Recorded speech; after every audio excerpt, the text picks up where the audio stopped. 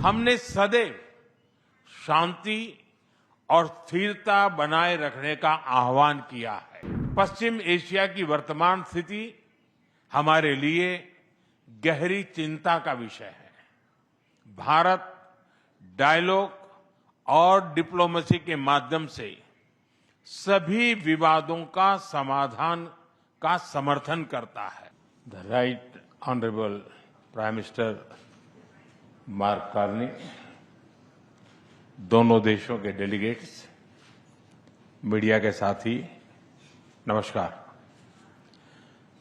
प्रधानमंत्री कार्नी का भारत में स्वागत करते हुए मुझे बहुत खुशी हो रही है। प्रधानमंत्री के रूप में यह उनकी पहली भारत यात्रा है। हम इसे एक महत्वपूर्ण माइलस्टोन के रूप में देखते हैं। पिछले वर्ष कनाडा में आयोजित G7 बैठक में उन्होंने मेरा और मेरे डेलीगेशन का गर्मजोशी से स्वागत किया था। आज उसी आत्मीयता से उनका स्वागत करना मेरे लिए सौभाग्य की बात है।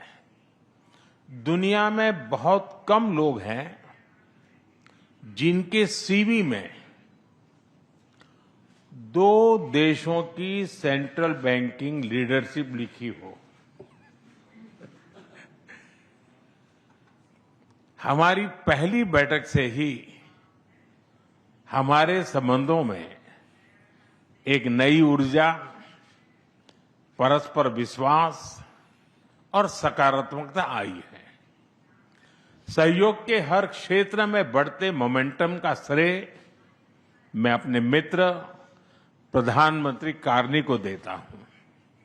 फ्रेंड्स, भारत और कनाडा लोकतांत्रिक मूल्यों में अटूट विश्वास रखते हैं।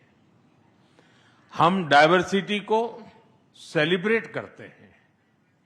मानवता की भलाई हमारा साझा विजन है। यही विजन हमें हर क्षेत्र में आगे बढ़ने की प्रेरणा देता है। आज हमने इस विजन को नेक्स्ट लेवल पार्टनरशिप में ट्रांसफॉर्म करने पर चर्चा की। हमारा लक्ष्य है कि 2030 तक हमारा व्यापार $50 बिलियन तक पहुंचे।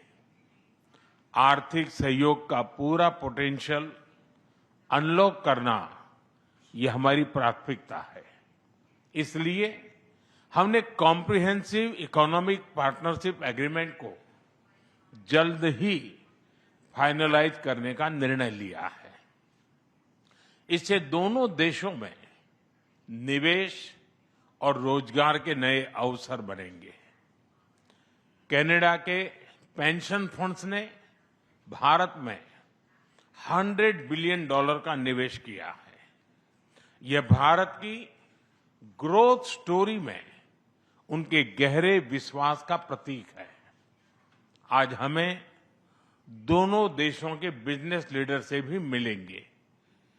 उनके सुझाव हमारी आर्थिक साझेदारी का रोडमैप तय करेंगे। फ्रेंड्स, टेक्नोलॉजी और इनोवेशन में हम नेचुरल पार्टनर हैं। With Canada and India innovation partnership we will turn ideas into global solutions. पिछले महीने भारत में हुई AI इम्पैक्ट समिट की सफलता में कनाडा के बहुमूल्य योगदान के लिए मैं प्रधानमंत्री कार्नी का आभार व्यक्त करता हूं। हम AI के साथ साथ क्वांटम, सुपर कंप्यूटिंग और सेमीकंडक्टर्स में सहयोग बढ़ाएंगे। क्रिटिकल मिनरल्स पर आज हुआ MOU रिजिलियंट सप्लाई चेन्स को मजबूती देगा। स्पेस सेक्टर में हम दोनों देशों के स्टार्टअप्स और इंडस्ट्रीज को जोड़ेंगे। फ्रेंड्स, प्रधानमंत्री कार्नी के लिए एनवायरनमेंट कोई अलग एजेंडा नहीं, बल्कि इकोनॉमिक स्टेबिलिटी का हिस्सा रहा है।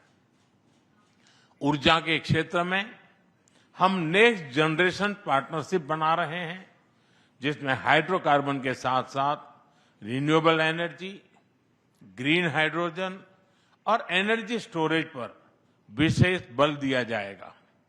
हमें खुशी है कि कनाडा ने इंटरनेशनल सोलर अलायंस और ग्लोबल बायोफ्यूल अलायंस से जुड़ने का निर्णय लिया है। हमारे साझा प्रयासों को आगे बढ़ाने के लिए हम इस वर्ष India Canada renewable energy and storage summit आयोजित करेंगे। सिविल न्यूक्लियर एनर्जी में हमने लॉन्ग टर्म यूरेनियम सप्लाई की लैंडमार्क डील की है। हम स्मॉल मॉड्यूलर रिएक्टर्स और एडवांस रिएक्टर्स पर भी मिलकर काम करेंगे। कृषि में वैल्यू एडिशन, एग्री टेक्नोलॉजी और खाद्य सुरक्षा हमारी साझा प्राथमिकताएं हैं। इस दिशा में भारत में India Canada pulse protein centre of excellence स्थापित किया जाएगा। फ्रेंड्स, रक्षा और सुरक्षा के क्षेत्र में बढ़ता सहयोग हमारे गहरे आपसी विश्वास और संबंधों की मैच्योरिटी का प्रतीक है। हम defence industries, maritime domain awareness और मिलिट्री एक्सचेंजेज बढ़ाने पर काम करेंगे। इसी उद्देश्य से आज हमने इंडिया कनाडा डिफेंस डायलॉग की स्थापना करने का निर्णय लिया है। Friends, people to people ties हमारे संबंधों की असली ताकत है। आज हमने इन्हें और मजबूत करने के लिए कई महत्वपूर्ण निर्णय लिए हैं।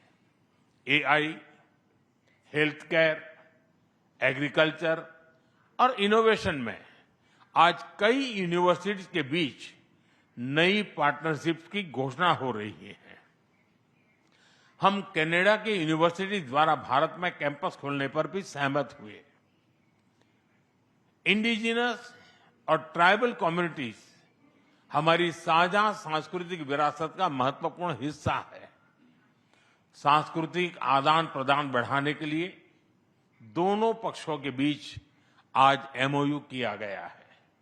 फ्रेंड्स, भारत के लिए कनाडा इंडो पैसिफिक में महत्वपूर्ण साझेदार है। इंडियन ओशन रिम एसोसिएशन में डायलॉग पार्टनर बनने में उनकी रुचि का हम स्वागत करते हैं। इससे हमारे मैरीटाइम सहयोग को नई गहराई मिलेगी। हम सहमत हैं कि टेररिज्म, एक्सट्रीमिज्म और रेडिकलाइजेशन दोनों देशों के लिए ही नहीं, पूरी मानवता के लिए साझा और गंभीर चुनौतियां हैं। इनके विरुद्ध हमारा करीबी सहयोग वैश्विक शांति और स्थिरता के लिए अत्यंत महत्वपूर्ण है। विश्व में चल रहे अनेक तनावों को लेकर भारत की सोच स्पष्ट ही है। हमने सदैव शांति और स्थिरता बनाए रखने का आह्वान किया है, और जब दो लोकतंत्र साथ खड़े होते हैं तो शांति की आवाज और भी सशक्त हो जाती है। पश्चिम एशिया की वर्तमान स्थिति हमारे लिए गहरी चिंता का विषय है। भारत डायलॉग और डिप्लोमेसी के माध्यम से सभी विवादों का समाधान का समर्थन करता है। इस क्षेत्र में मौजूद सभी भारतीय नागरिकों की सुरक्षा के लिए हम सभी देशों के साथ मिलकर काम करते रहेंगे।